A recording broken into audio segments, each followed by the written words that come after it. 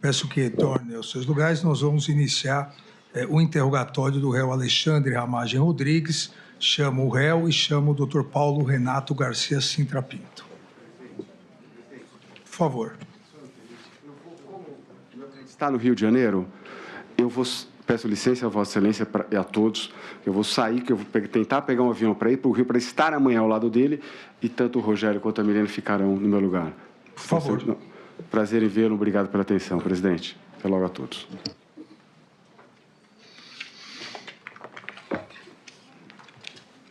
Um dos advogados pode assumir a cadeira, por favor.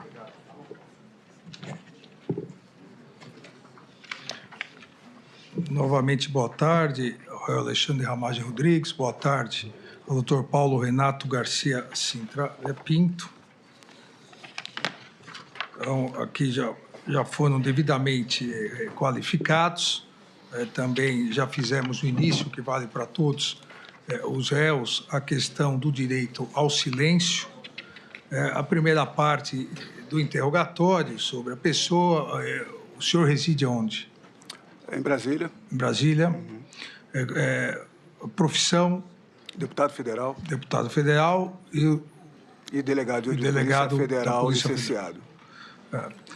Já foi preso ou processado alguma vez? Não.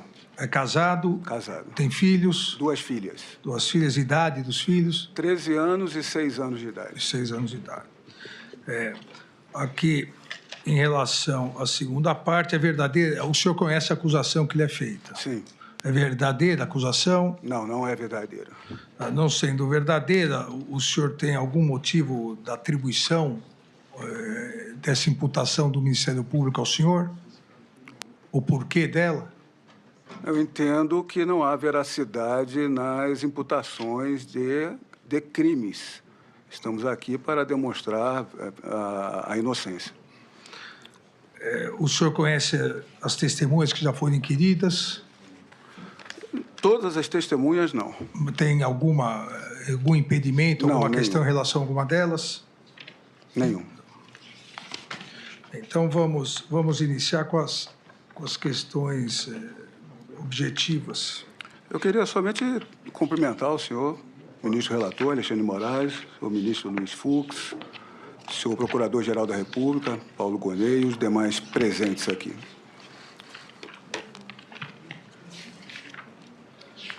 Em relação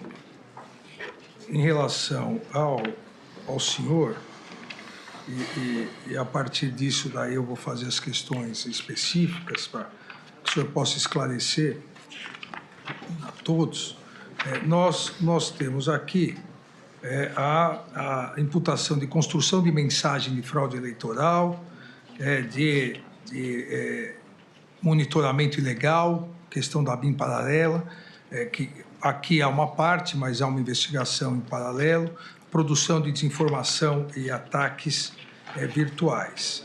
E há alguns documentos que foram encontrados em posse do senhor. Então, eu começo indagando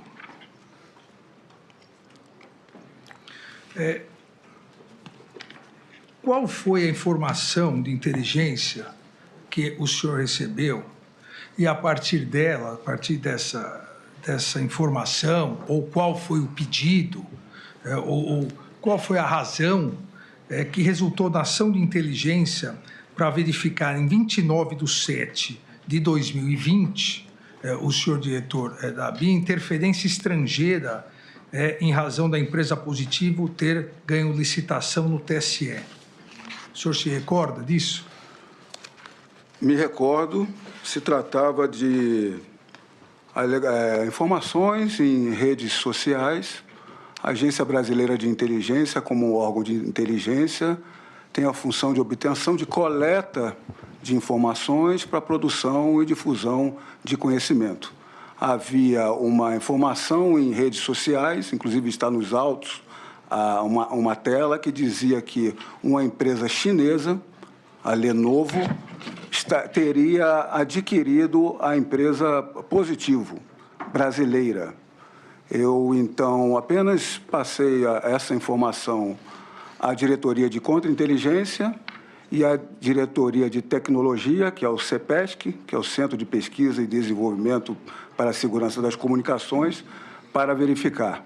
Essa informação não era verossímil, não tinha veracidade. O controle social da Positivo se demonstrava apenas de brasileiros, nacionais. Então, essa informação foi descartada, não se tornou nenhum documento de inteligência, muito menos um briefing, um informe ou mesmo um relatório de inteligência. Foi descartado. Não houve nenhuma continuidade em relação a isso? Não houve, foi descartada. O que eu explico sobre a inteligência, que essa coleta e obtenção de informações são diversas. De todas essas informações, eu digo a todos que nem 5% do que é coletado ou obtido se transformam em documentos. Exatamente por falta de veracidade, por falta de pertinência, por falta de atribuição da inteligência de Estado. A inteligência funciona acaba transmitindo documentação com um percentual muito pequeno do que acaba coletando de informações. Há uma outra questão, a imputação e uma documentação juntada aos autos, um documento, presidente TSE informa.docx.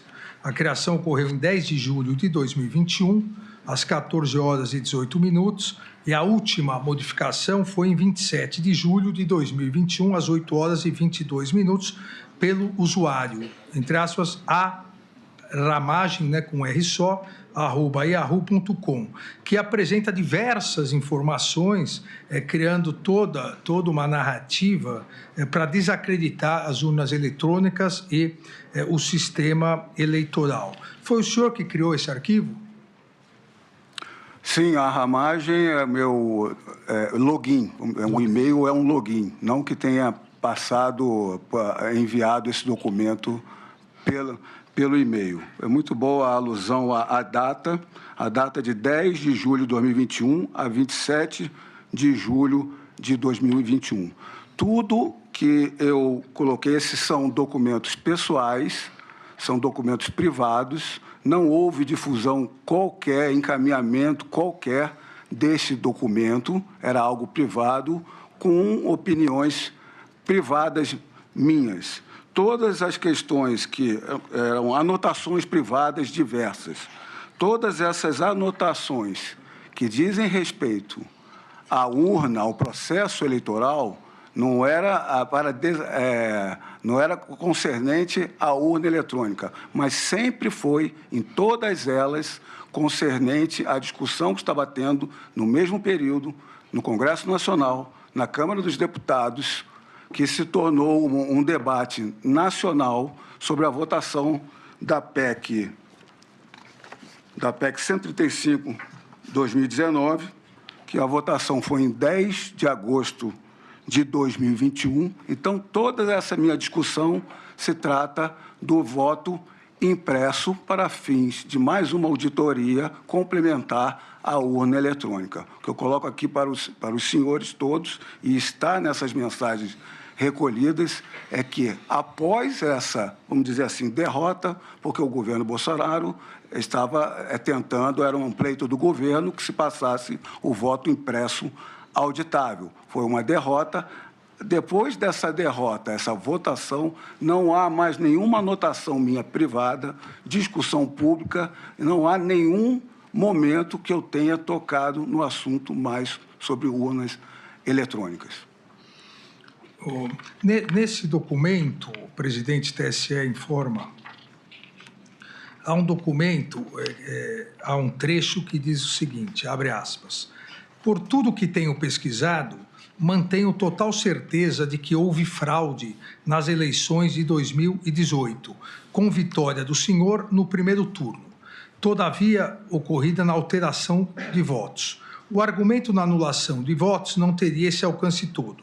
Entendo que o argumento de anulação de votos não seja uma boa linha de ataque às urnas. Na realidade, a urna já se encontra em total descrédito perante a população. Deve-se enaltecer essa questão já consolidada subjetivamente.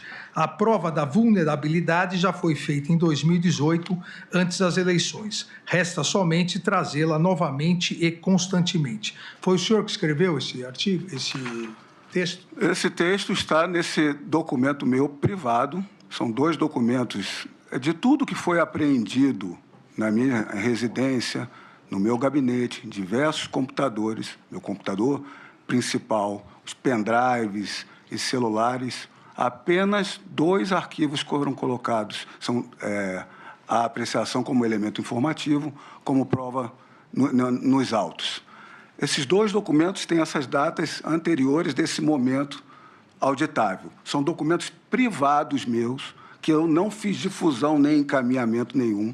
Eram anotações, são diversas e diversas anotações. Chegou a denúncia, eu acredito que apenas 5 delas. Nesse contexto, eu complemento a sua narrativa do texto, porque na denúncia houve uma concisão, mas no relatório da Polícia Federal, as páginas 26 e 27, há mais partes desse texto, onde eu coloco o voto auditável é o controle dessa liberdade desses técnicos. Porque eu disse no parágrafo anterior do que está escrito, há domínio de apenas alguns técnicos do TSE ao código-fonte e chaves criptográficas. E eu venho, o voto auditável é o controle dessa liberdade. Ou seja, esse comentário todo diz respeito à votação que estava acontecendo no Congresso Nacional. E eu repito, depois que houve a votação, não há mais anotação privada minha, fechada privada, que não houve difusão minha, muito menos pública. Eu digo ao senhor o seguinte, que esses 2 DOC-X, são documentos sem formatação, sem destinatário, são anotações minhas. E anotação em notas. Notas é um aplicativo que é nota particular. Esse computador, onde foram achados apenas esses 2 arquivos DOC-X, é o meu computador que eu tenho desde 2019 até quando ele foi apreendido em janeiro de 2024. Então, ele perpassa toda a minha atribuição, né, como diretor-geral da ABIN, quase 3 anos. Depois, toda a minha licença para campanha eleitoral, pré-campanha e campanha, e ainda 1 ano de mandato parlamentar está eu usando esse computador com diversos documentos. Não há uma menção, inclusive, do pleito de 2021 sobre o trabalho de urnas. O que foi colocado aqui é sempre uma intenção de aprimoramento, e essas são as falas, senhor ministro, que publicamente, eu possuo o Twitter, hoje o X, houve 2 publicações minhas nesse momento que diferem muito do meu pensamento privado. A primeira delas, ou seja, o que eu expus publicamente no Twitter, em 24 de maio de 2021, sobre o tema. O deputado Felipe Barros havia anunciado que ele seria o relator dessa PEC, que foi votada em agosto. Eu apenas retuitei e essas foram as minhas falas. O que eu escrevi no Twitter, né? Voto auditável significa segurança ao pleito eleitoral e evolução das urnas. Assegura a integridade e transparência aos resultados do sufrágio universal. Compromisso com a representatividade popular e a democracia. Parabéns pela importante relatoria. Depois disso, nesse contexto, já em 1º de agosto de 2021, se avizinhava ali a votação, eu quase que repeti o que eu escrevi 3 meses antes. Voto auditável significa evolução das urnas e segurança ao pleito eleitoral. Assegura integridade e transparência aos resultados do sufrágio universal. Compromisso com a representatividade popular e a democracia. Eleições democráticas com contagem pública de votos. Ou seja, no meu particular, quando eu coloco um ataque, atacar um argumento não é quebrar, é argumentar. Isso no meu privado, que eu não tenho essa difusão, não houve essa difusão para ninguém. Ali, eu digo aos senhores, era momentos no meu computador e no meu celular pelas notas. Era momento de pensamento, de algo que poderia ser interessante diálogo, pensamento particular meu, que alguma conversa poderia ser provocado, mas isso não quer dizer que eu passei esses documentos. O documento eu não passei para ninguém, que eu tenha passado, transmitido, encaminhado a qualquer pessoa esses documentos. Eu digo mais, senhor ministro, após a votação, que não teve sucesso, eu fiz uma postagem quando saiu em diversos jornais, grandes meios de comunicação, que a ABIN renova contrato com o TSE para cuidar da segurança das urnas eletrônicas. O órgão mantém parceria há 23 anos. Esse é um contrato que foi celebrado entre o diretor-geral da ABIN, eu, e o diretor-geral do TSE. E, naquele momento, houve um aprimoramento. Por quê? Porque a ABIN trabalha com criptografia de Estado, e faz um trabalho. Ou seja, nessa publicação, eu escrevi que a ABIN fornece criptografia de Estado a diversas entidades, inclusive ao TSE. Buscar evolução, transparência e segurança é corolário de diversos princípios da administração pública. Ou seja, depois da votação que não empregou o voto impresso, a PEC, eu não fiz qualquer comentário, eu não tenho anotação privada alguma, e ainda fiz um trabalho em conjunto aqui, reforçando a credibilidade e a segurança que tem que ser trabalhado ao TSE. Eu lhes digo mais para entrar na questão das lives, porque fala em Constituição... Vamos na sequência. Okay. O senhor enviou esse arquivo, esse trecho que eu li, o senhor enviou ao ex-presidente Jair Messias Bolsonaro?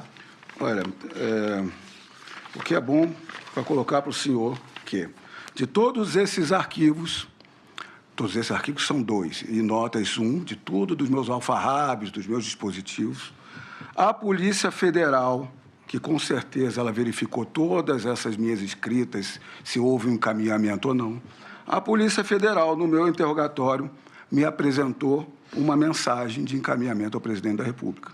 E eu confirmei, olha, esse é meu telefone e esse era o telefone à época da presidência da República.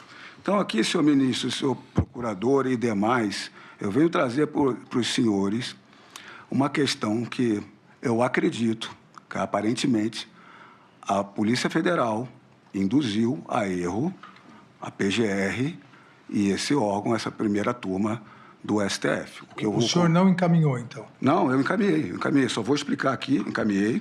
O que eu vou explicar o que é isso aqui. E o que eu vou contar e declarar aqui para os senhores, eu declarei no interrogatório na Polícia Federal e eles não colocaram no relatório da Polícia Federal.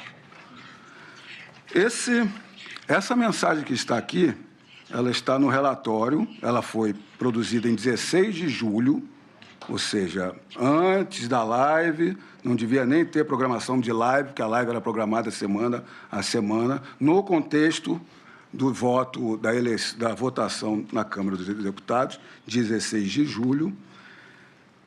O que diz a mensagem aqui? A mensagem, inclusive, é cortada, não entendo por que é cortada, porque eu acredito que o início deve explicar o que eles não querem que se explicou, que em processo antecipado de fiscalização, essas palavras minhas escritas, de auditoria dos softwares de urna, as maiores autoridades em computação já conseguiram verificar diversas falhas e vulnerabilidades. E aí eu elenco. Sistema de inicialização de urna, boletim de urna falsa, chave criptográfica da urna, ordem do registro digital do voto, quebrando o sigilo do voto, código-fonte. Senhor ministro, eu expliquei na Polícia Federal, os senhores sabem o que é isso? Isso aqui é ipsis literis, literal, por isso que é fácil identificar, de um vídeo de uma audiência aqui no Pleno do Supremo Tribunal Federal, perante os ministros. Eu avisei na hora a delegada que estava me inquirindo. Isso é um vídeo que eu encaminhei ao presidente da República. É um vídeo de mais de 10 minutos que o advogado dos peritos criminais que fazem o teste público de segurança da urna, que se tem desde 2009, sempre antes da urna, ele apresenta essas questões saneando as questões. Ou seja, não é um vídeo que mostra que quer derrubar a urna, mas mostrando que a urna tem constante evolução nesses testes de segurança. Inclusive, a manifestação é um vídeo que não é cortado para se tirar de contexto, vamos dizer assim. Nesses 10 minutos, não é apenas o advogado que está se manifestando no pleno, há a manifestação do então ministro Lewandowski, colocando a questão das urnas. O próprio ministro Luiz Fux se manifesta, porque os testes ali estavam sob sua gestão. A ministra Carmen Lúcia estava presidindo e coloca a questão que os testes são rotineiros pela segurança. E o ministro Gilmar Mendes ainda espanca a questão, informando que são rotineiros, são segurança, que atende o que os técnicos colocam e saneiam a questão. Então, essa é a única mensagem, senhor ministro, porque o resto é um doc-x de coisas particulares minhas, eles vasculharam tudo, com certeza, meu. Essa é a única mensagem que eles dizem que eu enviei para alguém contra as urnas. Só que eles esconderam essa informação, que se trata de um vídeo que está no YouTube, na internet, que retrata uma audiência no plenário do Supremo Tribunal Federal, que não é algo contra a urna, é mostrando que tem que se ter sempre evolução da urna. Quando é que vai ser crime uma audiência no STF? Quando é que vai ser crime enviar um vídeo que só demonstra que a urna tem natural evolução? Então, esse arquivo, presidente, TSE em forma DOC-X, o senhor não enviou, presidente? Não enviei a ninguém. Esse é um arquivo exclusivo meu. É um arquivo de diversas anotações, uma atrás da outra. Então, por que consta, por tudo que tenho pesquisado, mantenho total certeza de que houve fraude nas eleições com vitória do senhor? Por que a mensagem se direciona ao presidente, ao então presidente? Ela se direciona, senhor ministro, porque a forma de concatenar as ideias é sempre uma questão de diálogo. Isso não quer dizer que eu enviei a ele ou conversei com ele, ou tive oportunidade com ele. Um dos dois arquivos, o nome do arquivo, inclusive, é Bom Dia, Presidente. Por quê? O que aconteceu? Em volta do presidente Bolsonaro... Esse Bom Dia, Presidente, nós vamos chegar lá. Vamos ficar nesse. Então, esse não foi enviado? Não foi enviado. O senhor afirma que mantém total certeza de que houve fraude nas eleições. O senhor, delegado federal de carreira e diretor da BIM. O senhor tem alguma prova de fraude nas eleições de 2018? Senhor ministro, essa é uma questão de documento, anotação privada minha, de uma desconfiança privada. Mas eu só quero saber se o senhor tem alguma prova. Não, e mais, o que eu quero colocar, senhor, é que colocam que eu estava construindo uma mensagem. As questões sobre urnas eletrônicas são discutidas pelo então presidente Bolsonaro, inclusive quando ele era deputado federal. Em 2015, a PEC que foi aprovada nas duas casas foi de autoria dele, só não entrou em execução por questão de dotação orçamentária. E aqui eu trago o texto da própria denúncia da PGR, recebida por essa primeira turma, em que diz, iniciando o título, na página 29 da denúncia: Jair Messias Bolsonaro inaugurou seus ataques ao sistema eleitoral brasileiro ainda durante a campanha presidencial de 2018 e persistiu na narrativa infundada de fraude após ser eleito. A fraude, que nunca conseguiu nem descrever nem demonstrar, teria impedido que se houvesse sagrado vencedor das eleições de 2018 desde o primeiro turno. Ou seja, pela própria denúncia, se mostra que essa alegação minha é lugar comum. Eu não estava construindo nada novo, eu não estava levando ao conhecimento nada novo, e de um documento que não foi enviado para o presidente, era algo meu de concatenar as ideias. Como eu lhe falei, a única prova que se diz contra mim não é uma prova, é um ipsis literis, verificando o vídeo, eu escrevo exatamente o que o advogado relata, exatamente. Quando o senhor foi questionado na Polícia Federal, quais teriam sido as pesquisas realizadas pelo investigado, senhor, que resultaram na identificação de fraude das urnas em 2018, com a vitória do então presidente da República no primeiro turno? O senhor respondeu: costumava escrever textos de fontes abertas para a comunicação de fatos de possível interesse do então presidente da República. E o senhor informou que isso não quer dizer que tenha transmitido ao presidente a totalidade ou parte dos argumentos que foram redigidos. E, na sequência, foi indagado qual seria a ação de inteligência para, entre aspas, enaltecer essa questão já consolidada subjetivamente, que consta nas suas anotações. E como eram realizadas as publicidades para a constante publicidade, entre aspas. Deve-se dar continuidade àqueles argumentos que devida e constante publicidade. E o senhor respondeu novamente que costumava escrever textos de fontes abertas para a comunicação de fatos para o presidente. A ABIN, sob a sua direção, realizou alguma operação de inteligência no sentido de tentar comprovar fraude às urnas eletrônicas e nas eleições de 2018? Não, como eu coloquei, toda essa questão é uma questão privada, vinculada exclusivamente à votação. Voltando à questão do Bom Dia Presidente, é isso que eu quero explicar. No começo do governo Bolsonaro, eu apenas ia ao gabinete do presidente quando chamado. Em determinado momento, ele falou para mim, né, foi quase uma chamada, mas vem aqui almoçar comigo. Então, eu frequentava o gabinete do presidente uma vez a cada 2 semanas, para o final da agenda da manhã, era ali 11 horas da manhã, a gente chegava. Ali conversava com diversas pessoas, estava sempre ministros palacianos, parlamentares e convidados do presidente. Então, essas questões todas são anotações privadas minhas. Não quer dizer que, como eu coloquei aí, que eu transmiti totalidade, parcialidade ou alguma dessas, porque o documento é extenso, com várias anotações. Só foram pinceladas 5 de 2 dessas questões. A ABIN fez trabalhos verificando o que tinha conhecimento sobre as urnas, como qualquer jornal fez também. O que é a urna, de quando é a sua origem, quais os países que empregam a urna, qual a diferença de cada um, como é a urna atual, a antiga. Esses são os trabalhos de informação que a ABIN realizou. Nós iríamos fazer um grupo de trabalho, mas acabamos não fazendo. As 2 lives do presidente... Eu posso entrar nessa questão da live, senhor ministro? As 2 lives do presidente, que pela denúncia, pelo recebimento da denúncia, é o que inaugura a execução.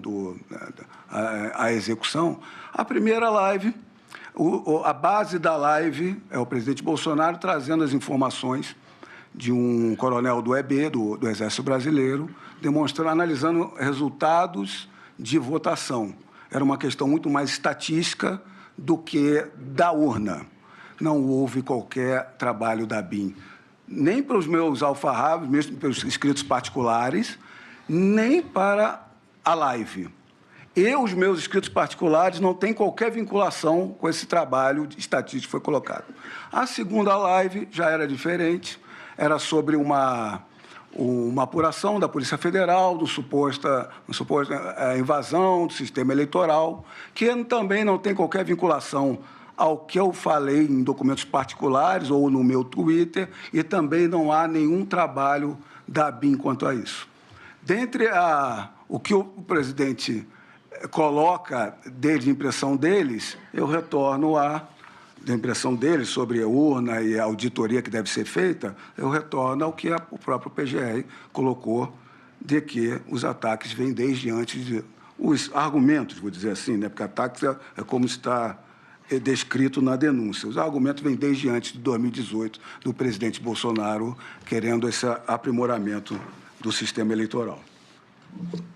O senhor tem conhecimento também do arquivo positivo.docx, nós referimos anteriormente, que possui informações da empresa Positivo Tecnologia e lista, e a Polícia Federal juntou, argumentos contra a segurança do pleito eleitoral, integridade e transparência dos resultados, e também se coloca aqui que os servidores Bormevete e Giancarlo tentaram associar a empresa aos ministros Luiz Fux e Luiz Roberto Barroso. E esse documento positivo.docx apresenta também como criador e usuário o senhor. O senhor se recorda disso? Eu tomei conhecimento pela investigação, que são muitos documentos num computador. Mas, voltando até à sua pergunta inicial nós fizemos aquela análise sobre a interferência chinesa. E veio a mim, à época, o quadro societário da Positivo. Esse documento DocX, é um documento de criação no mesmo dia da sua última edição, é apenas o quadro societário da empresa Positivo. Apenas isso que tem no meu computador, que muito provavelmente é fruto dessa análise.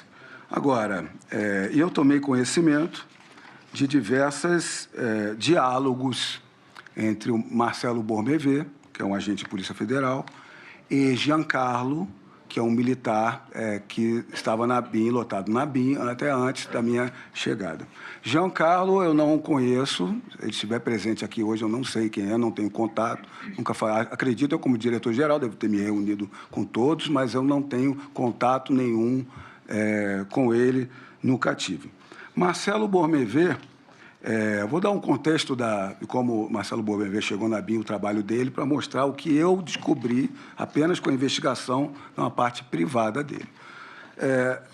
A BIM ela possui mais milhares de servidores, entre oficiais de inteligência, agentes e outros cedidos. Quando eu fui a diretor-geral de ABIM, eu levei cerca de 10 policiais federais, para ter a segurança de quem eu conheço, botei alguns locais estratégicos. São policiais, que são, a grande maioria, classe especial, da carreira, com especialização. Marcelo Bormevé é um desses. Ele era da diretoria de inteligência policial por anos, era lotado em Minas, mas trabalhava no Brasil inteiro com análise, inclusive de grandes operações. Marcelo Bormevé, ele foi ser coordenador geral de credenciamento e segurança corporativa. O trabalho principal ali deles é em sistemas de convênio da CGU, alguns de convênio com a MJ, o Infoseg, fazer um trabalho que é exigido pela Casa Civil.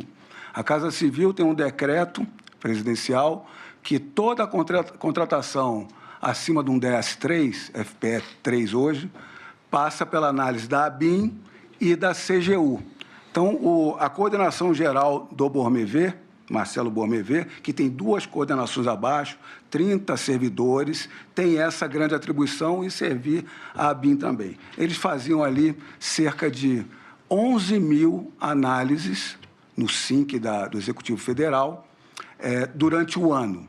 E eu digo que ele trabalhava com excelência, ele fazia a função com excelência. Não é apenas uma questão opinativa minha. Eu digo, eu comprovo, demonstro para todos vocês. Quando eu saí da ABIM, eu deixei a ABIM em março de 2022. Eu deixei o alto escalão, deixei a administração pública e fui me dedicar ao pleito eleitoral em março de 2022. Quando eu saí, houve um acordo de todos os policiais que estavam ali trabalhando fossem começar a ser devolvidos. Alguns demoraram mais que os outros, por causa da questão de transição. Marcelo Bormevé foi o único que se manteve na administração pública federal. Ele foi chamado pela Casa Civil para trabalhar, acredito que no mesmo DAS, é um DS4 alto, que dá auxílio moradia, pela eficiência dele no trabalho rotineiro. E mais, acabou o governo Bolsonaro, quando há mudanças, várias mudanças, de funções e nomeações, Marcelo Bormevé continuou na Casa Civil no governo Lula.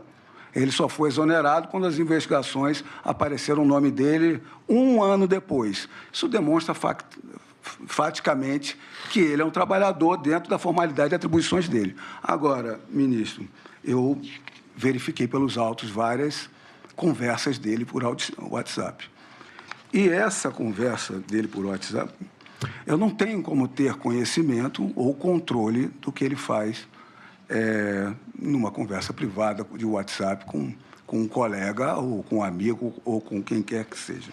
Então, eu acredito que será a sua pergunta de adentrar. Esse diálogo deles com o Giancarlo já demonstra tudo o que aconteceu sobre essa questão do positivo, que não tem vinculação a mim, ali com um documento que só tem quadro societário. É uma conversa que envolve o ministro Luiz Fux, um assessor do ministro Barroso, e na conversa está claro que não teve orientação, não teve coordenação, determinação de qualquer... Não, nem da direção-geral, de qualquer setor da ABIN para essa análise. E o resultado dessa análise, ele também não levou para a ABIN, para os outros setores, para subir para alguma coisa de inteligência. Está aqui que ele assistiu a um youtuber, e com o que ele assistiu no youtuber, ele verificou uma vinculação com a Positivo, com o Banco Itaú. Isso eu descobri que que está no relatório, as páginas 33 e 42. Falando com o Giancarlo fala, eu li sobre isso em algum lugar. Quando eles concluíram a análise, eles decidiram encaminhar a um grupo, que eu acredito ser um grupo de WhatsApp, fora da ABIN, de conhecimento deles. Ou seja, não foi pela ABIN e não foi de fora da ABIN. O documento positivo, e aí vai um grau especulativo pela primeira vez. Pode ser que, como viram que não ia sair veracidade sobre Lenovo e não se traduziu em forma de inteligência, eles resolveram fazer por conta própria alguma coisa que não tem vinculação a mim, não tem meu conhecimento, muito menos qualquer outro setor da ABIN. O senhor já se referiu ao outro documento encontrado, Bom Dia Presidente, DOC-PX. Nesse documento, o senhor já explicou grande parte dele, mas nesse documento há uma parte que diz, que o senhor escreve, entre aspas, reunir grupo técnico de confiança para trabalho de aprofundamento da urna eletrônica. E o senhor foi, inclusive, questionado na Polícia Federal sobre qual seria esse grupo técnico de confiança que o senhor organizou para o aprofundamento dessas questões da urna eletrônica. O senhor se recorda desse grupo técnico? Quem fez parte desse grupo técnico? Muito bem.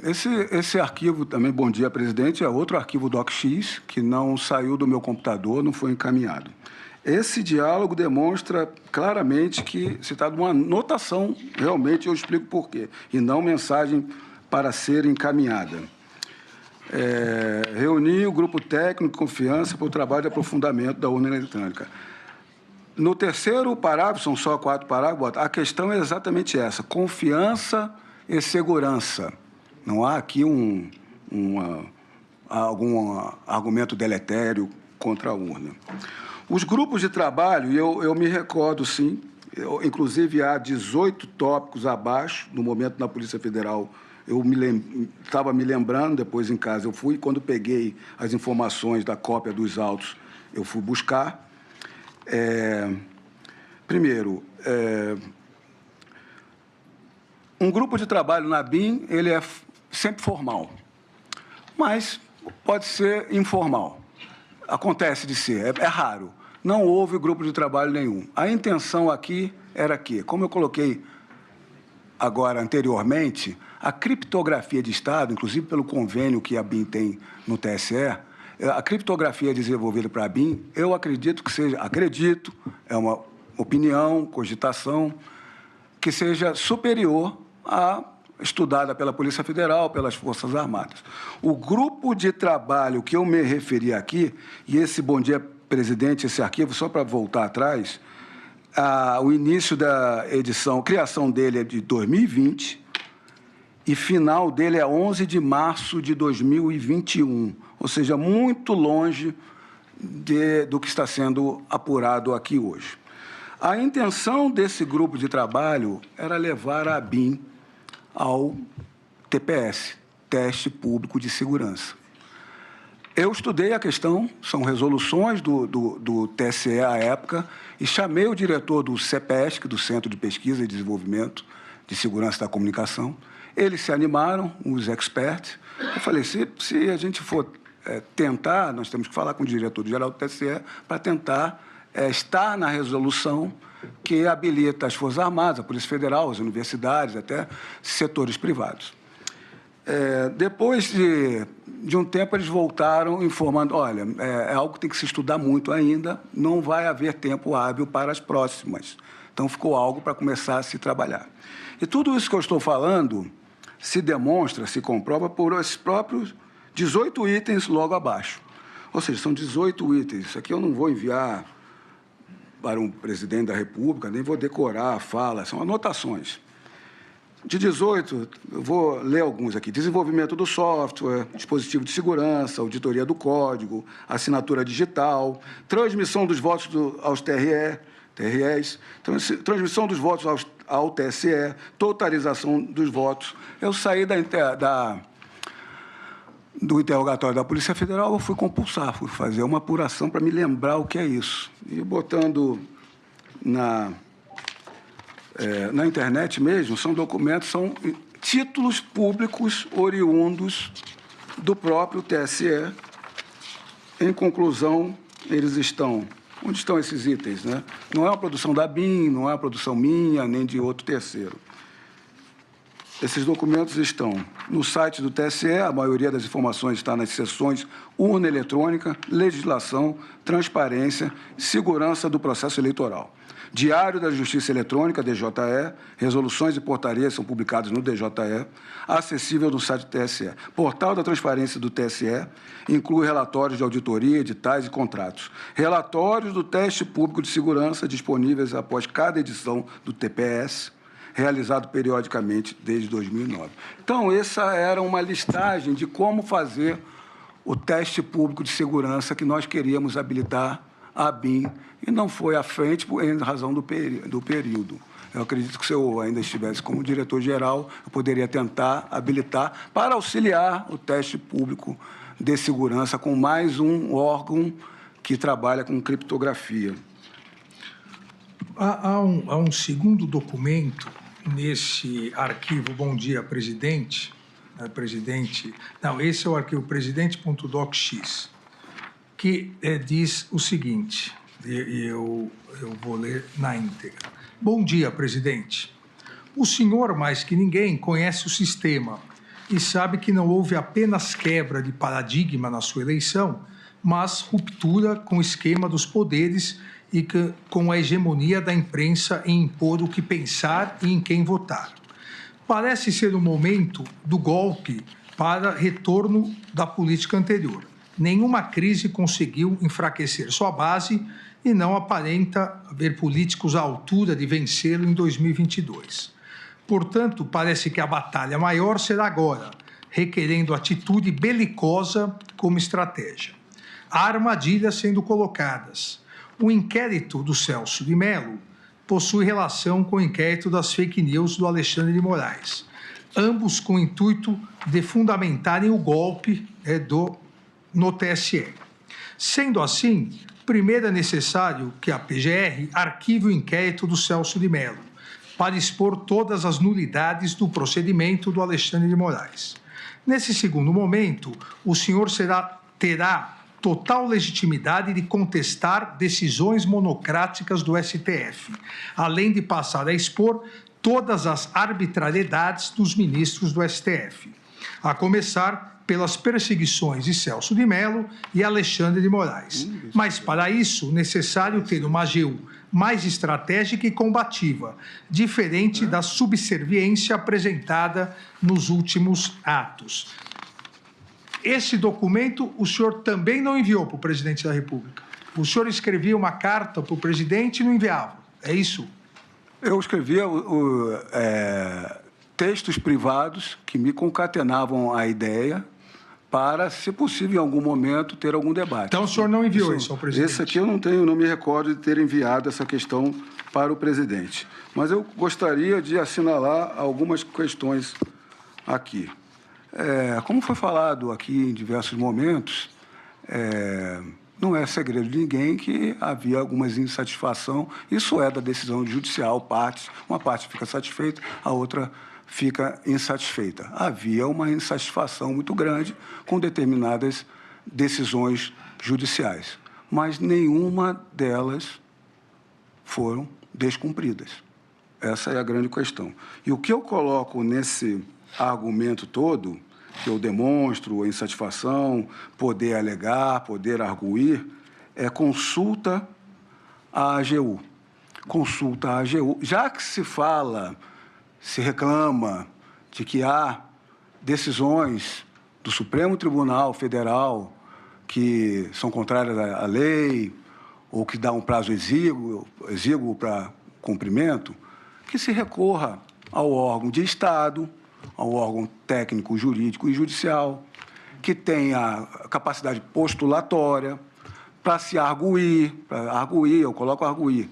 Arguir é alegar, argumentar, como órgão técnico para haver uma contestação. É diferente de manifestações contrárias, se utilize das Forças Armadas, se utilize do MJ, da Força Policial, não. Eu estava a todo momento dentro da possibilidade de, se estão havendo decisões que se entende manifestamente ilegal, que se procure a AGU para um parecer técnico, para se cumprir ou não, mas levando à reconsideração do Supremo Tribunal Federal. Então, essa foi minha intenção sempre. O senhor não encaminhou nem ao presidente, nem ao PGR de então, nem à AGU. Ficou só para o senhor mesmo. Não, inclusive eu coloco nesse texto que o controle dentro dos autos é da PGR e do STF.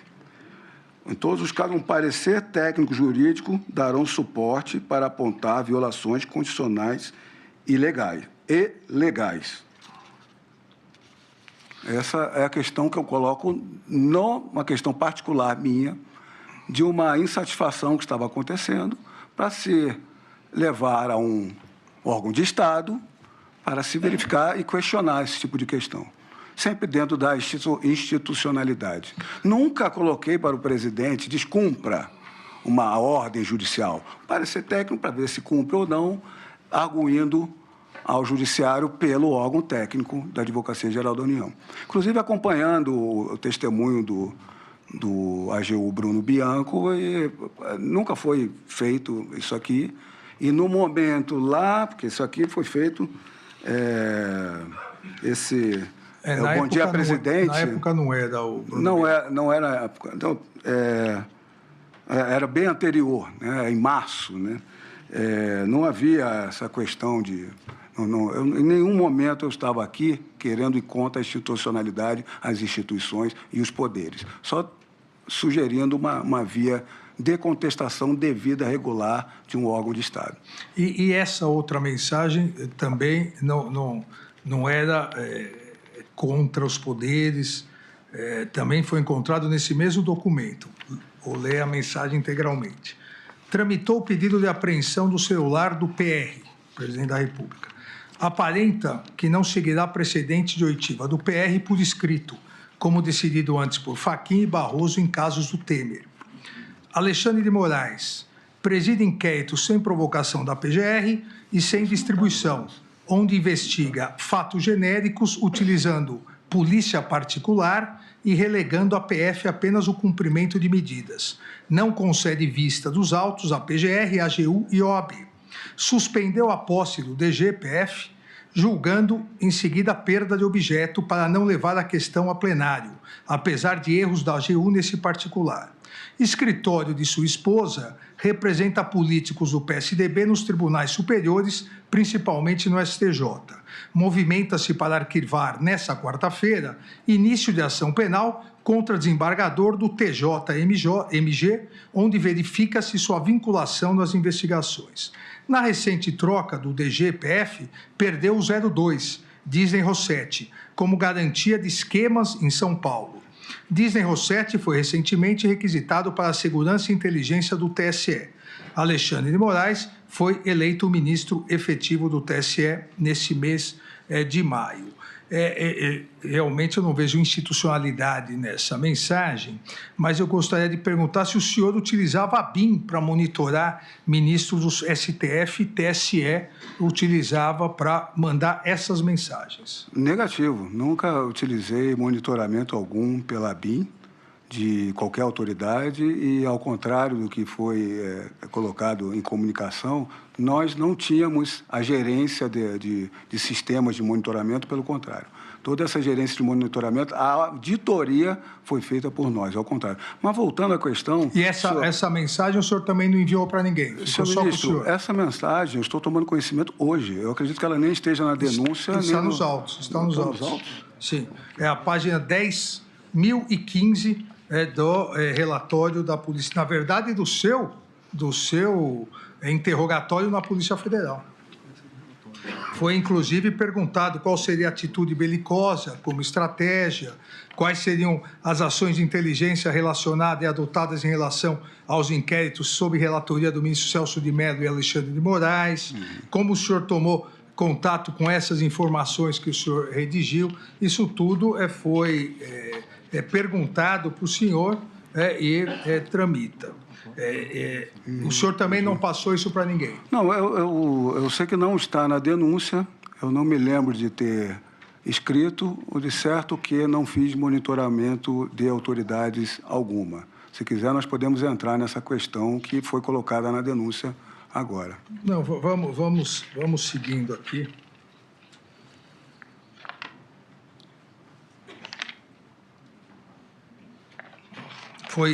Foi indagado, inclusive, como o senhor tomou conhecimento sobre eventual pedido de apreensão do celular do presidente da República.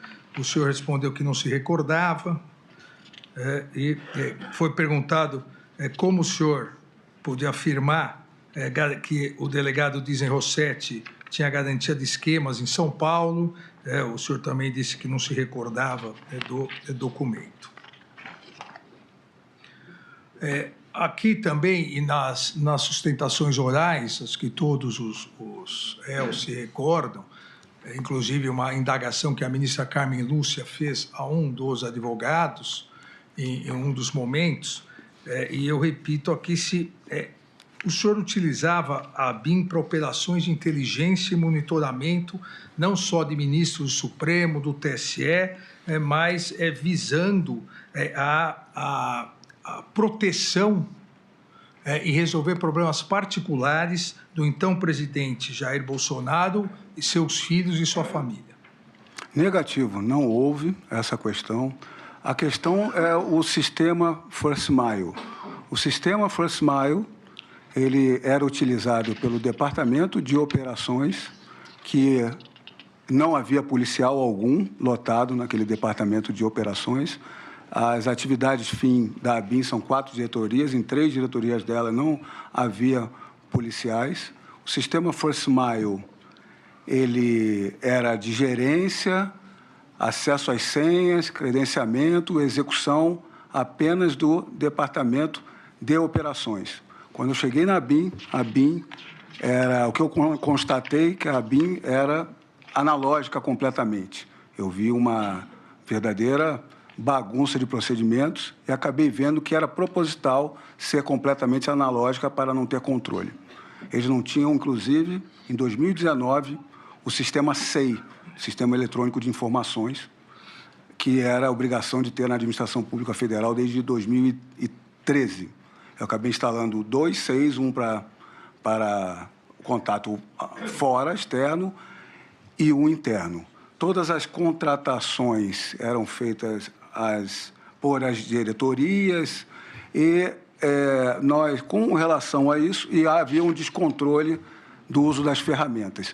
Em 2020, eu pedi uma auditoria, em razão dessa bagunça, posso dizer assim, uma auditoria, deixa eu até ler o início da... momento.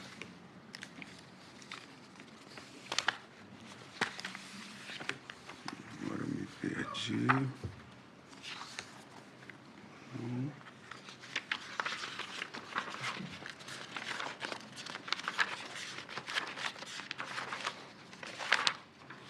Meu Deus.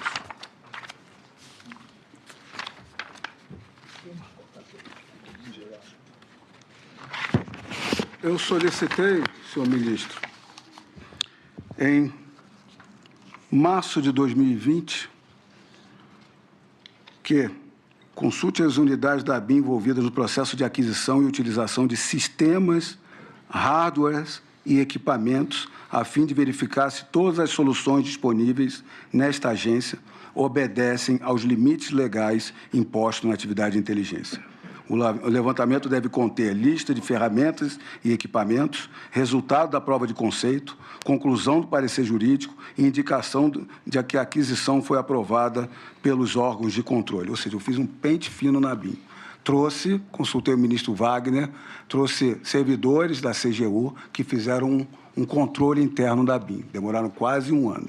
Vieram para todos os setores, indicando a nós que deveria fazer abrir uma coordenação de prospecção, nós fizemos, passando apenas pelos diretores, nós fizemos, e diversas medidas. Algumas ferramentas eles assinalaram como especiais, e dentre elas estava o First Mile, que era gerenciado e executado pelo esse departamento de operações.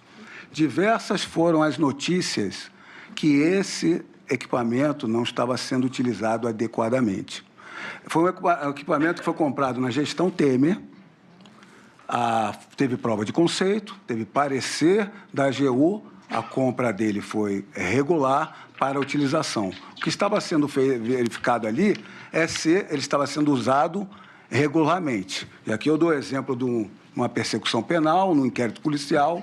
Se há uma diligência a ser feita por um agente, há uma pré-determinação, com uma fundamentação, e depois tem um resultado. O que nós queríamos é que esses logs de acesso desse First Mile viessem com a comprovação do porquê acessou e o seu resultado.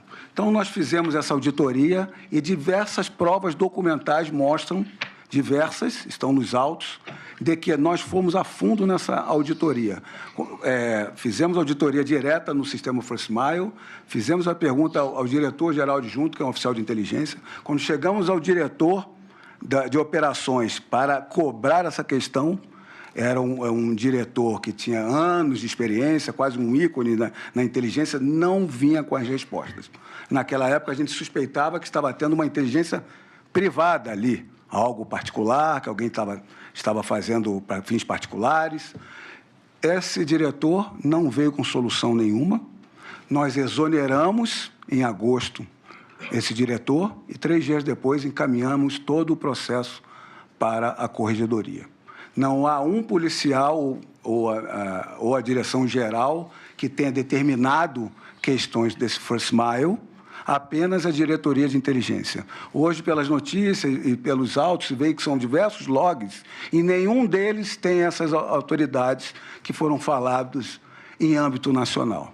E agora, o mais importante, como nós estávamos desconfiando, quando chegou ao final desse contrato, desse First Mile, nós decidimos, a direção, eu decidi não dar continuidade ao sistema First Mile. Nós não prorrogamos, não demos continuidade, nem procuramos ferramenta semelhante. E isso foi em 10 de maio de 2021. A Polícia Federal tem esse dado.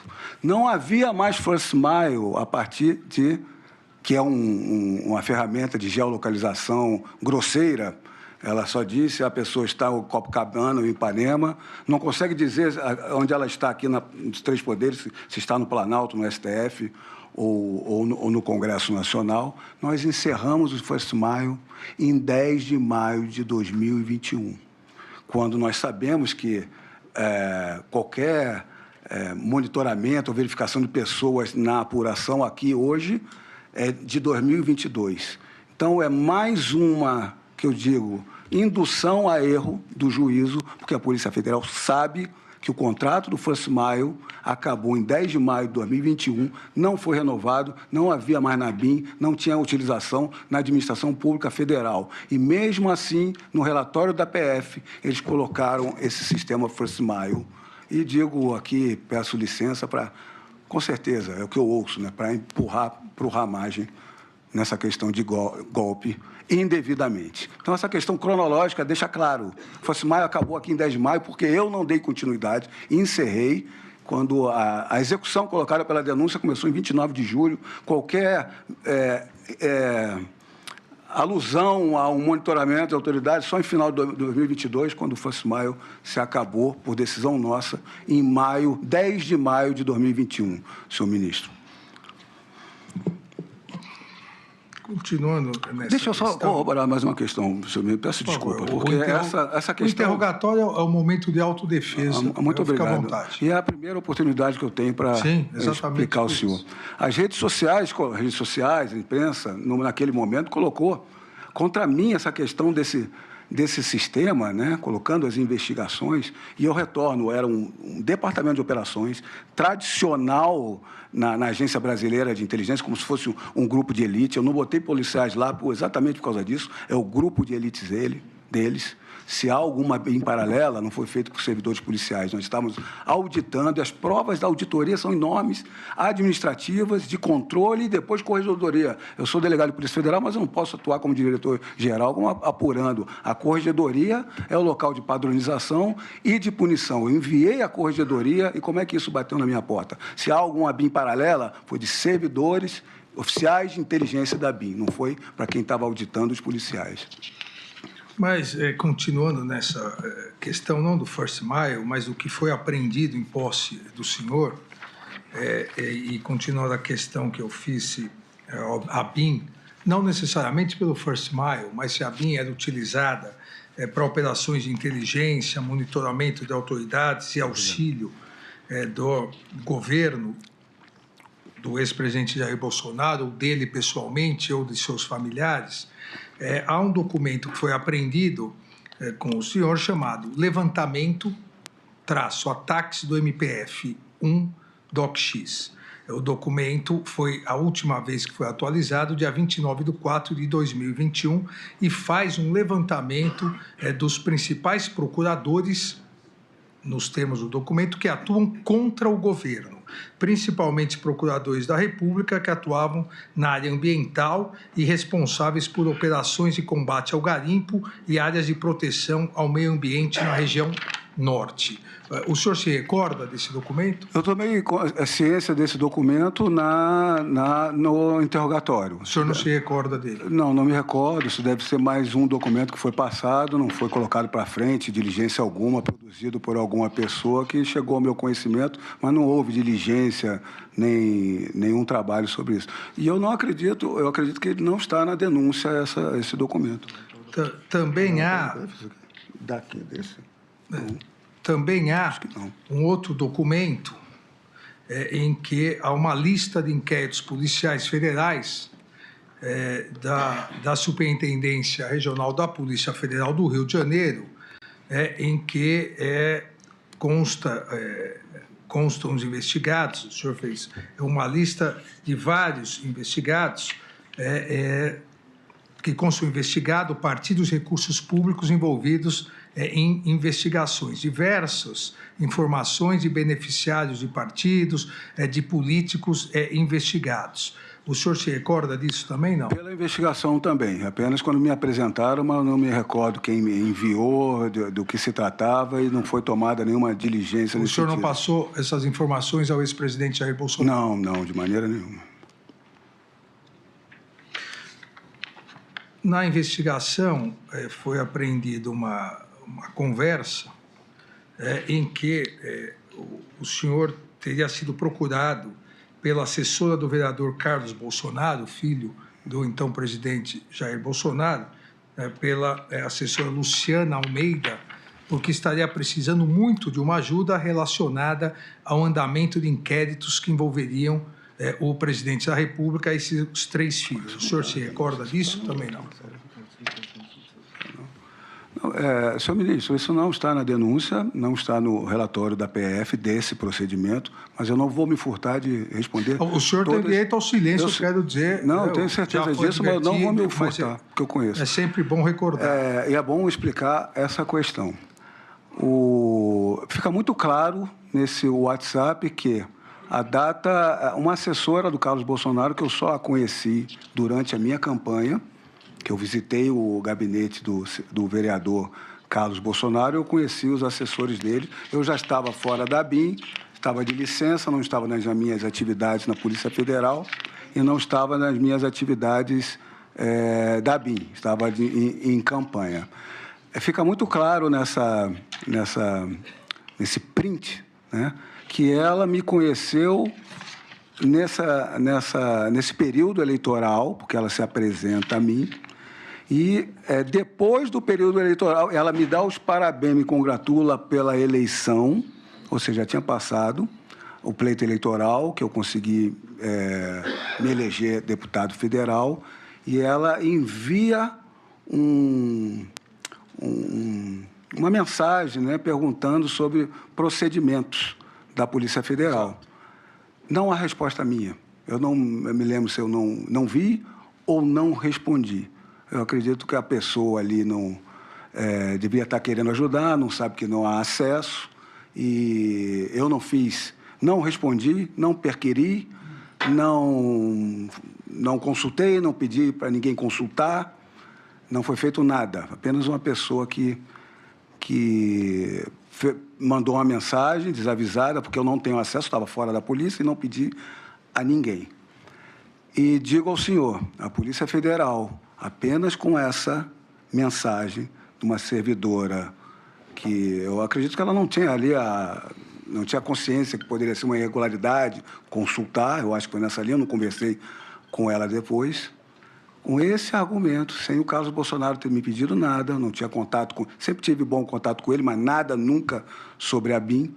A família Bolsonaro é uma família que são campeões de votos, eles não trabalham com nada sigiloso com redes sociais, é tudo fonte aberta. Ele não precisa de informação nenhuma, ele tem seus advogados, e nem informação sigilosa. Tudo que eles postam é sempre, pode ser crítica, pode ser tudo, mas sempre questões de fonte aberta. Esse argumento, a Polícia Federal, por esse argumento apenas, colocou o Carlos Bolsonaro numa investigação da BIM, que eu já demonstrei aqui, que eu estava auditando irregularidades dentro da instituição. Agradeço ao senhor Alexandre Ramagem Rodrigues. Pergunto se o eminente ministro Luiz Fux deseja indagar alguma coisa, obviamente, de forma direta. Não, só queria indagar, mas antes fazer uma observação.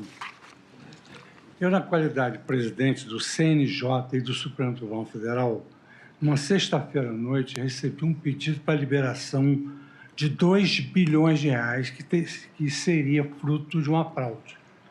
E eu, na qualidade de presidente do CNJ, eu sustei essa possibilidade e determinei que o juiz da causa é que analisasse. E aí, então, surgiu isso, agora que o depoente narrou, de que 2 agentes autônomos resolveram, com base nesse fato, que não sabiam nem a profundidade dessa questão jurídica, porque falava-se que levantar um cheque de 2 mil é igual a levantar um cheque de 2 bilhões. Só que eu sou juiz de carreira, eu sei que são 2 mil reais, que é o levantamento de 2 bilhões de reais. E aí, então, surgiu essa suposta intriga, porque a coisa ruim não pega em pessoa que anda correto e com exemplaridade na sua função. Mas isso independentemente disso. Eu só queria reafirmar, porque eu acho que ouvi isso, que o depoente ressaltou que isso foi feito por 2 agentes da BIM, sem qualquer controle da direção-geral da BIM. Quer dizer, queria saber se houve alguma determinação da ABIM para que houvesse essa manipulação dessa situação jurídica, alegando que a empresa tinha na sua estrutura um banco, que o banco tinha como integrante uma pessoa que era parente do... Negativo, senhor ministro. Eu tive consciência dessa questão por esse diálogo dos autos, assim como o senhor. E eu vi ali, né, e ficou bem evidente, eu fico feliz com isso, que demonstra que a administração da BIM não tinha conhecimento, nem determinou esse tipo de questão. Eles colocam muito claramente ali que, olha, eu ouvi de um youtuber sobre essa questão, o outro falou, eu li em algum lugar. E começaram a ver, eu não vou me lembrar de tudo, mas o principal, o fundamental, eu me recordo. Era o Banco Itaú, e o ministro tinha uma vinculação aqui, as cotas eram tais, vamos jogar para um grupo tal. Ou seja, não houve pedido de nenhum setor da BIM, quanto mais da direção-geral, que é 3 níveis acima, e o resultado não foi para a BIM, foi para fora. Eu não vou aqui, eu não sou julgador, se é um ilícito penal, administrativo, ou se é uma reprovabilidade moral, não sei, mas sem vinculação alguma. É a questão de que o diretor-geral da Polícia Federal, compra o armamento, eu não posso ser responsável pelo erro do armamento de quem está no fronte. E esse servidor, Marcelo Bouvenville, eu conheço, ele é de excelência, capacidade, como eu demonstrei aqui, depois ele foi convidado para a Casa Civil, para um DAS, ao sair da ABIN, e no governo Lula ele se manteve. Então, ele sempre cumpriu as suas atribuições com excelência. Ele é um grande analista da inteligência policial. Eu não tenho como controlar, saber o que ele faz no ambiente interno ali de comunicação de WhatsApp dele. Então, na verdade, não é possível que a ABIN tenha arapongas autônomos que fazem o que querem. Olha, e essa era a minha discussão. Quando eu adentrei a ABIN, eu vi essa proposital analógico. Nós, em 2019, eu fiz esse pente fino de tecnologias, quando você bota todos os softwares, hardware, equipamento, é pente fino, até câmeras, e fizemos. Nós ainda trouxe um perito da Polícia Federal, que já foi o coordenador do orçamentário financeiro, classe especial, para fazer prova de conceito, para começar a verificar, porque eu vi que eles andavam com objetivos próprios, se capacitavam para sair da ABIN e não trabalhavam para o cerne da questão. A ABIN só obtinha conhecimento, não trabalhava a ABIN. Na nossa gestão, minha e do general Heleno, o CISBIM começou a ser alimentado, eu comecei a fazer convênios com a CGU, com o Ministério da Justiça, isso tudo é catalogado, os logs, e começamos a trabalhar a prova de conceito para verificar isso que eu falei, que a gente tem a Polícia Federal. A polícia no Brasil é o órgão mais controlado de polícias, acredito, no mundo. Nós temos o controle judicial, do Ministério Público Judicial e externo, nós temos a própria Controladoria, a Corregedoria, o TCU. Nós estamos acostumados ao controle. A ABIN não tinha. E é um controle do legislativo que não é eficaz. Então, nós levamos sistemas, que os sistemas sejam logs, para nós verificarmos quem está acessando o quê. E foi exatamente o que aconteceu com o First Mile. Eles utilizavam o First Mile sem dizer o porquê do alvo e o resultado. Nós queríamos exatamente isso, eles não davam solução. E aí eu exonerei esse chefe que tinha 30 anos de caso e coloquei para a Corregedoria. Hoje, o que eu tenho de notícia da investigação que veio para cima de mim é que eles estão vendo que não tem autoridades nenhuma, tem a parte de interferência, tem muita gente boa também na BIM. Eu estou criticando, mas tem muito oficial de inteligência espetacular, pessoas boas, então não posso, nessa parte aqui, ser injusto. E é a grande maioria. As pessoas trabalhavam com interferência internacional, espionagem, proteção ao conhecimento sensível, a BIM trabalha com a Itaipu, com diversas, faz essa parte de criptografia preventiva, porque a Polícia Federal faz a repressiva.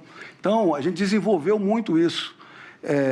E tem muitas pessoas boas, mas, sem controle, as pessoas acabam explorando essa falta de controle, infelizmente. Satisfeito. Obrigado ao ministro Luiz Fux. Eu passo a palavra ao procurador-geral.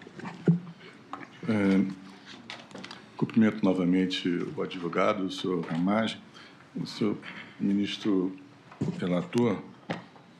O senhor Ramagem afirma que escrevia os arquivos apenas para efeitos próprios, privados.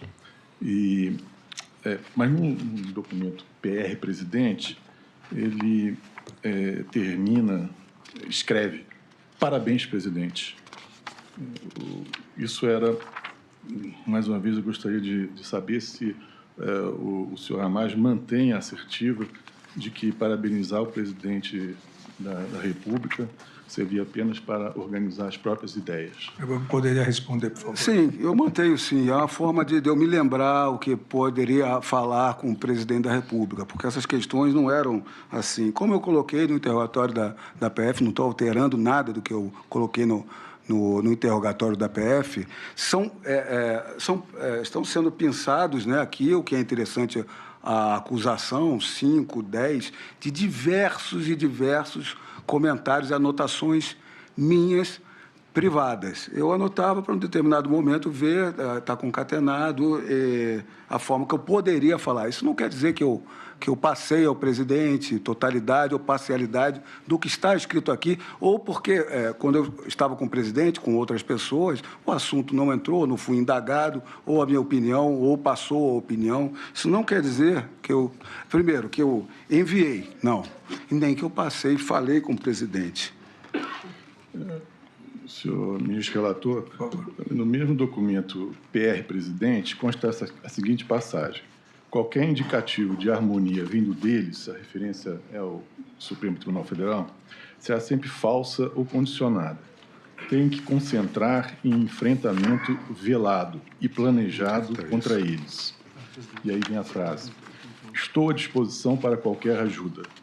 Novamente, a minha pergunta é se esse colocar à disposição do presidente da República foi apenas para arquivo pessoal, foi apenas para organizar as próprias ideias. Sim, a maneira, eu faço em primeira pessoa, de uma maneira de escrita rápida do que eu estou pensando. Isso não quer dizer que eu fui ao presidente e nessas palavras eu passei essa informação. Eu não tenho como dizer essa informação, eu passei o que eu escrevi. Com toda certeza, não foi exatamente o que eu escrevi ou eu não passei nada, não tem como dizer.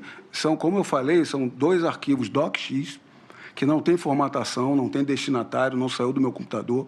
Quando eu estava no computador, era o DocX, no celular é esse Notas, aqui é do Notas. São anotações em forma realmente de conversas, mas que não quer dizer que eu falei exatamente aquilo com o presidente ou se falei algo daquele assunto com o presidente. Senhor ministro relator, eu gostaria de ouvir também do réu alguma palavra sobre uma circunstância que chamou a atenção. O ex-ministro Augusto Heleno tinha documentos em que essas ideias privadas do senhor Ramagem estavam reproduzidas nesse mesmo documento. A minha pergunta é se ele dividia essas ideias ou se houve um compartilhamento dessas ideias com o general Augusto Heleno. Por favor. Oi? Uhum. Isso aqui eu vi como a Polícia Federal e veio para a denúncia, demonstrando um alinhamento de minha parte com o general Heleno. É lógico que nós trabalhávamos juntos, a confiança e a credibilidade cresceu entre nós. Hoje eu posso dizer é um grande amigo e a admiração que eu tenho. E essa é uma questão sobre a AGU, porque eu vi nas anotações que estão aqui no relatório, na denúncia do general Heleno, que ele demonstra aqui uma questão de acesso à AGU. Mas nós não combinamos, como eu coloquei, havia uma insatisfação com decisões do STF. A minha solução era a AGU, pela questão técnica. Parece que o general Heleno também, mas por outra via, pelo MJ, ele coloca aqui. A forma de execução diferente da minha, eu acredito que seja, pelo descontentamento, essa ideia deveria estar circulando de usar um órgão institucional da AGU e nada mais além disso. Dentre todas as anotações do general Heleno, o que a gente vê são muito mais lembretes e ideias também, que eu não participei de nenhuma.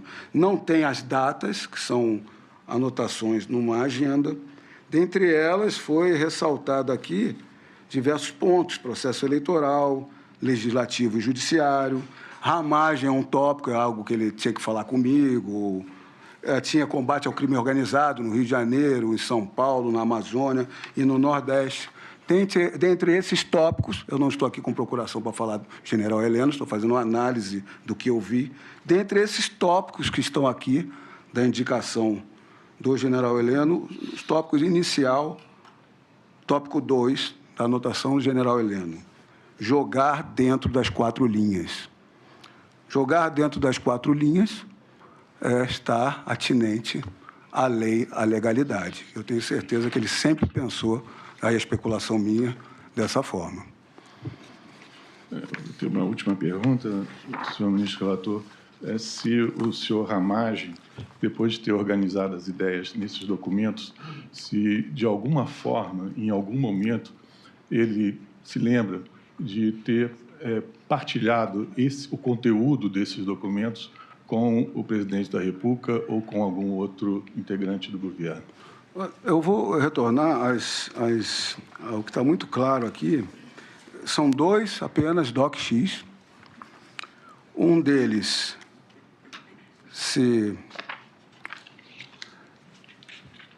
criação e o último acesso dele em março de 2021, ou seja, não há uma vinculação aqui, no meu entender, com o que está sendo apurado. E o outro, de 10/7 de 2021 a 27/7 de 2021. Sempre no contexto da votação da Câmara. Como eu coloquei para os senhores, eu não falei mais de urna eletrônica depois da votação da Câmara. Não tem, o meu computador foi até o meu trabalho como deputado federal, não tem nenhuma anotação nesse sentido. Aqui era uma vontade política de se ganhar aquela votação, foi respeitada essa vontade política. Então, aqui só há vínculo com esse período. Todo esse período de julho de 2021, apenas, nada posteriormente. Nada posteriormente. E todas as outras anotações, como eu esclareci aqui, dentro da legalidade, opiniões de um documento, DocX, e de um notas, que não tem o encaminhamento. Por quê? Porque eu escrevi em primeira pessoa para levar. Isso não quer dizer que eu passei, que eu conversei, e na integralidade, na totalidade, parcial ou da maneira como estava escrito ali. Realmente, eu escrevo numa forma de diálogo. Tanto é assim que eu demonstrei para os senhores que a Polícia Federal pegou uma mensagem minha. Uma. Você pegou uma mensagem minha desse aqui, é porque eles vasculharam todas as outras mensagens, no meu entender. Essa única mensagem é o vídeo que eu passei para o presidente da República. Passei o vídeo, escrevi exatamente o que o advogado dos peritos colocou, da ipsis literis, numa audiência aqui no Supremo Tribunal Federal. Então, de tudo que foi angariado, de 3 anos da ABIN, da minha campanha eleitoral, de todos os dispositivos, se resume a 2 DocX e um arquivo notas, que eles só resultam em um encaminhamento ao presidente, que cortaram a página, omitiram no relatório que eu expliquei aqui para os senhores. Essa é a prova contra mim, única, que não é prova. É uma audiência que eu expliquei para eles no plenário do Supremo Tribunal Federal, de uma discussão do teste público de segurança. Senhor procurador. Muito obrigado, senhor presidente. É tudo. Eu passo, então, a palavra às defesas, inicialmente ao advogado do réu colaborador, o doutor Jair Alves Pereira.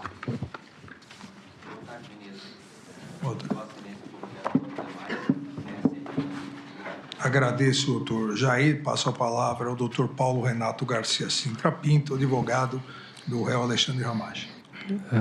Boa noite, excelência. Eu gostaria de saber, indagar ao meu cliente, esse contexto posterior à sua saída do governo federal em março de 2022. Né? Segundo a narrativa que consta da denúncia apresentada pelo doutor Procurador-Geral da República, ao que parece, ali em torno de julho de 2022, há um claro recrudescimento dos fatos, né, no que se refere à tentativa de abolição do Estado Democrático de Direito, golpe de Estado, etc. Eu gostaria que o senhor narrasse como foi a sua vida profissional, a sua vida pessoal, a partir de sua saída do governo federal em março de 22. E aí são duas questões, dois marcos. O primeiro, evidentemente, mais uma questão de confirmação, imaginamos que o senhor tenha se dedicado integralmente à sua campanha eleitoral, pré-campanha, tanto que obteve êxito nas urnas naquelas eleições de 2022. E, após outubro de 22, como foram os seus meses, assim, sua perspectiva pessoal e profissional, sobretudo em novembro e dezembro de 2022? Por favor. Sim. Em março de 2022, eu me afastei, fui exonerado em 30 ou 31 de março para concorrer ao pleito eleitoral a deputado federal no Rio de Janeiro. Tirei licença para eleitoral, fiz pré-campanha e campanha. Todos nós sabemos como é árduo, difícil o trabalho numa campanha eleitoral. E eu, que não era muito conhecido, é uma campanha que você tem que realmente se dar à população, viajar, mostrar quem é, mostrar seus propósitos, trabalhar. E, felizmente, eu fui eleito deputado federal e não fui dos mais votados. O Rio de Janeiro tem 46 deputados, eu fui ali pelo 30 e pouco, mas eu tive a grande vitória de ter votos em todos os municípios do Rio de Janeiro. Isso demonstra um trabalho que foi feito de credibilidade. Eu não tive contato mais com a administração pública, nem de alto nível, nem como servidor público. Eu me dediquei exclusivamente, não tive contato, não estive em reuniões, não estive em planejamentos, não estive em nenhum desses momentos. Após o pleito eleitoral, para o segundo turno, eu me mantive no Rio de Janeiro. E nas eleições, era mote de alguns deputados falar de urnas eletrônicas, não foi o meu, eu não toquei no assunto urnas eletrônicas. E continuei no segundo turno para auxiliar, para dar a minha contribuição ao segundo turno no Rio de Janeiro, ao candidato a presidente, o Jair Messias Bolsonaro. Com a derrota, eu tenho residência no Rio, tenho residência aqui em Brasília. No ano eleitoral de 2022, as minhas filhas ainda estavam estudando aqui em Brasília. Eu retornei a Brasília não apenas por causa disso, mas porque eu já não estava mais na BIM e acabou minha licença eleitoral. Eu me apresentei na Polícia Federal e cumpri meu serviço na Polícia Federal algumas semanas, tirei uma parcela de licença capacitação e tirei férias em janeiro. Eu me dediquei em dezembro a montar meu gabinete, é uma virada de chave completamente, todos devem presumir isso, e montar o gabinete em Brasília, você precisa do componente técnico, administrativo, eu me dediquei muito a essa questão. Não é isso. Excelência, obrigado. Sem mais perguntas. Agradeço, doutor Paulo Renato. Eu passo, na sequência, a palavra ao doutor Demóstenes Torres. Sem perguntas, Excelência. Agradeço, doutor Demóstenes. O doutor Elmar Novak. Sem perguntas, Excelências. Obrigado. Agradeço, doutor Elmar. Doutor Matheus Milanês. Sem perguntas, Excelência. Obrigado. Agradeço, doutor Celso Vilardi. Sem perguntas, Excelência. Agradeço, doutor Andreu Farias. Sem perguntas, Excelência. Agradeço, doutora Milena Gaudiano. Fala mais alguma coisa? Boa noite, Excelência. Boa noite, ministro Luiz Fux, doutor Paulo Gonet, colegas advogados e demais presentes. Sem perguntas também pela defesa do general Braga Neto. Então, eu agradeço ao doutor Paulo Renato Garcia Sintra Pinto, agradeço ao senhor Alexandre Ramagem. Muito obrigado, senhor.